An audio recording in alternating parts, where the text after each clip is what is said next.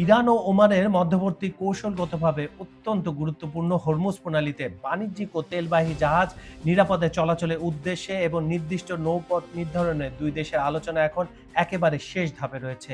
শীঘ্রই এ বিষয়ে একটি দ্বিপাক্ষিক চুক্তি স্মারক স্বাক্ষরিত হতে পারে বলে নিশ্চিত করেছেন ইরানের পররাষ্ট্রমন্ত্রী আব্বাস আরাগচি।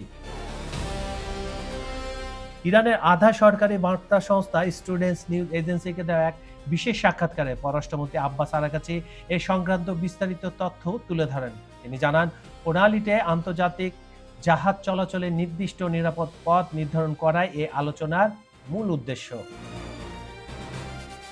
বর্তমানে ইরান ও ওমানের বিশেষজ্ঞ দল এবং সামরিক বাহিনীর উচ্চপদস্থ কর্মকর্তারা দ্বিপাক্ষিক সমন্বয় বাড়াতে নিবিড়ভাবে কাজ চালিয়ে যাচ্ছেন। পররাষ্ট্রমন্ত্রী উল্লেখ করেন, প্রণালীটির কৌশলগত সুরক্ষার বিষয়টি সরাসরি সম্পর্কিত হওয়ায় চুক্তিটি চূড়ান্তকরণ ও তা বাস্তবায়নে দুই দেশের সামরিক বাহিনীর মতামত অত্যন্ত গুরুত্বপূর্ণ ভূমিকা রাখছে। সম্প্রতি আন্তর্জাতিক গণমাধ্যম ও কূটনৈতিক মহলে মার্কিন যুক্তরাষ্ট্র অবরুদ্ধ পরিস্থিতি এবং চলমান উত্তেজনার সঙ্গে এই আলোচনা সম্পর্ক নিয়ে বিভিন্ন ধরনের গুঞ্জন দেখা দিয়েছিল। তবে এসব জল্পনা কল্পনায় স্পষ্টভাবে নাকচ করে দিয়েছেন ইরানের পররাষ্ট্রমন্ত্রী। তিনি পরিষ্কার জানিয়েছেন, ওমানের সঙ্গে পরিচালিত আলোচনা সম্পূর্ণ স্বাধীন, দ্বিপাক্ষিক ও কৌশলগত একটি উদ্যোগ। মার্কিন যুক্তরাষ্ট্রের সঙ্গে ইরানের চলমান কোনো রাজনৈতিক আলোচনা, সমঝোতা বা যুদ্ধবিরতি প্রক্রিয়ার সঙ্গে ওমানের এই কারিগরি আলোচনার কোনো পরোক্ষ বা প্রত্যক্ষ সম্পর্ক নেই।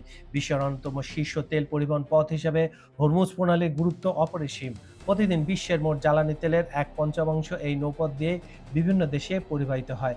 ফলে এই প্রণালীতে সামান্যতম অস্থিরতা আন্তর্জাতিক বাজারে তেলের দাম ও বৈশ্বিক অর্থনীতিতে বড় ধরনের প্রভাব ফেলে। কাজল হায়দার, খবর সংযোগ।